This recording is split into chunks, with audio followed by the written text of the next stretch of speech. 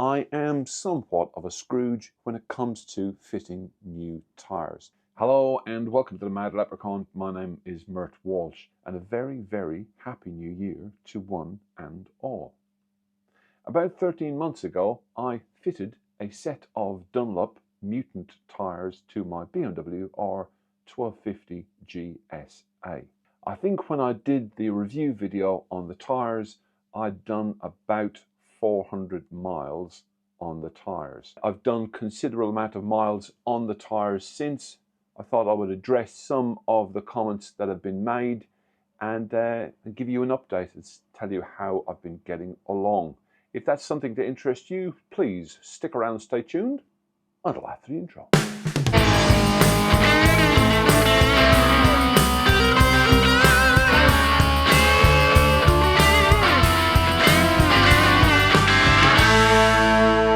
In this video, I would like to give you an update of how I've been getting along with the Dunlop Mutant tyres over the past 13 months and answer some of the questions and comments you've been kind enough to post in the comment section of my last video that I made about the tyres. It is always appreciated when someone makes a comment in the comment section. It just helps the YouTube gods promote my channel a little bit better. Some people said they really appreciated the real world review. And thanks ever so much. If you thought it was a real world review, I do try and keep it real. It is, at the end of the day, just my opinion. And I'm not a professional, so I guess it is a real world review. But keep in mind, it is just my opinion. However, some people said, I think at least two people said, they found it unbelievable that I am able to get the mileage that I claim.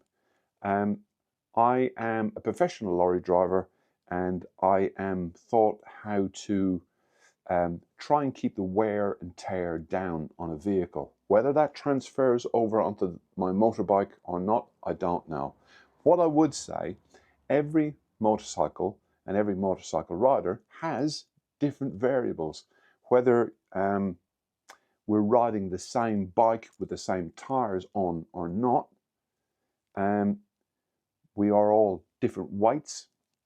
We all decide to carry different amounts of luggage. Some carry pillions and some people don't.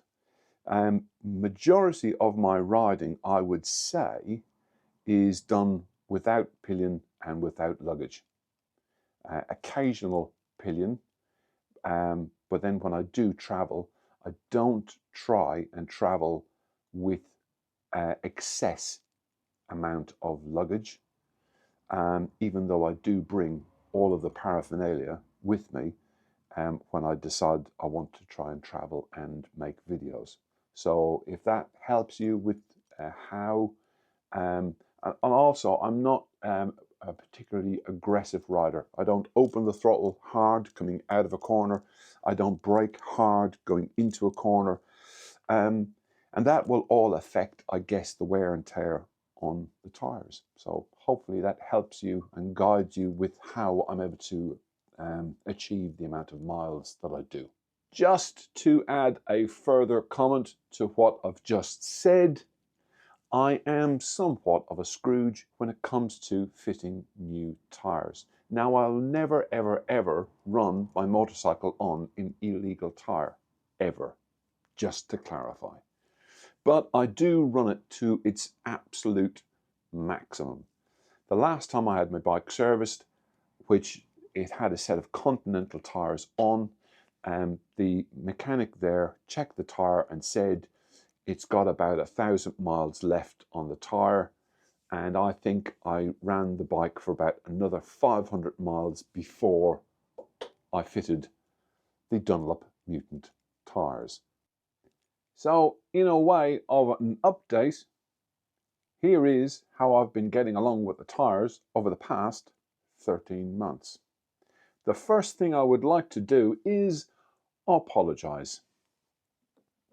I said in my last video that I didn't think the Dunlop Mutant tyres made any road noise. I am, of course, completely wrong. In my defence, and this is my excuse and I'm sticking to it, I had a set of Mercury ear defenders, and I really couldn't hear any road noise from the Dunlop Mutants at all. So of course I said in my video, I didn't think they made any road noise. I couldn't get on with the Mercury ear defenders and changed to a set of custom fit guards, and oh, lo and behold, I can now hear the road noise. I prefer the custom fit guards, just like to point that out. Anyway, different subject, but I can hear the road noise that would bug a lot of other riders.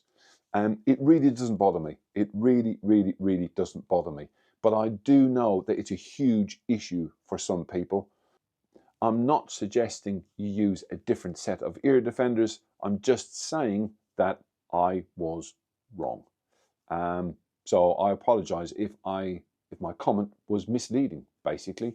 Yeah, the tires do make quite a distinct whir, but it doesn't bother me, but I do know it does bother other people. When I made my initial video, my bike had covered 20,432 miles and about 400 miles with the Dunlop Mutant tyres fitted. I have done considerably more miles on the bike since, and have to say I couldn't be happier with the tyres.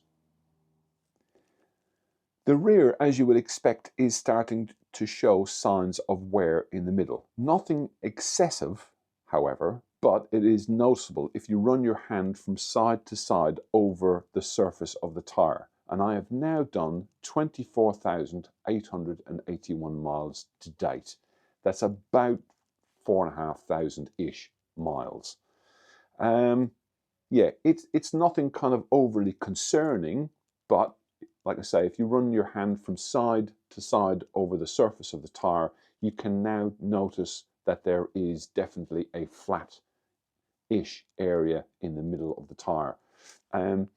It's hardly noticeable at all when you go from riding up straight to going into a corner, and from leaned over to leaned over. I never got leaned over that far, but you get the idea.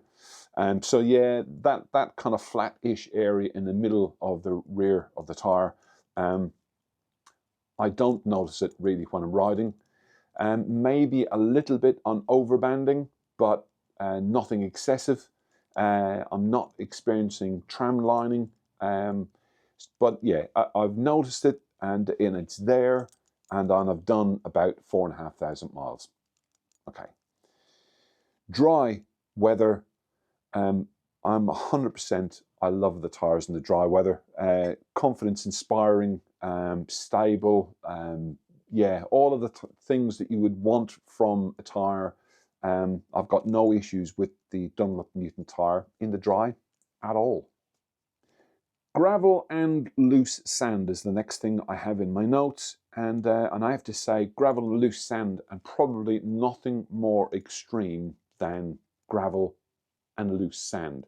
I took the bike down a few little, well, they were roadways and in the Netherlands, but they were clearly very loose sand.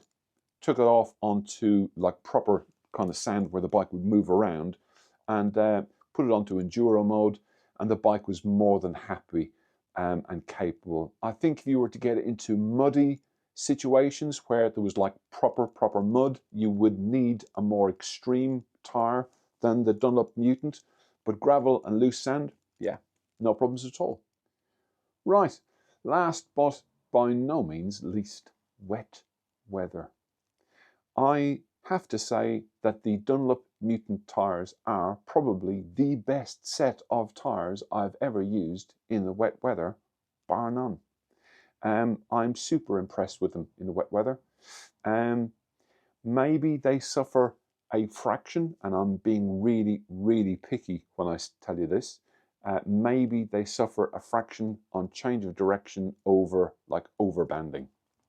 But going from side to side and transitioning in the wet, whether I've been two up with a load or without a load, riding by myself, yeah, I've got no issue with the tyre in the wet at all. So to quote Dunlop, that the Dunlop Mutant tyre supplies a rider with supreme versatility, providing rider confidence in all conditions throughout the year, and I tend to agree. Superb wet performance thanks to the thread pattern taking elements from racing, supermoto and dirt tyres. Make of that what you will. You read the blurb on some websites and you have to take it with a pinch of salt. But now that I've done about 4,500 miles in all different types of weather, whether it be summer, wet, and let's face it, we had quite a wet summer this year, sorry, 2024. I did a lot of my riding in the wet. Hopefully that's been of some interest to you, and yeah, hopefully it gives you a bit of an idea as to how I'm getting along with the Dunlop Mutant tyres. If you have enjoyed this video, please leave a thumbs up. If you haven't enjoyed this video for any particular reason whatsoever, please feel free to leave a thumbs down. Don't forget to like, subscribe, and please do keep on making comments in the comment section below. Until next time, people, take care of yourself. Bye-bye.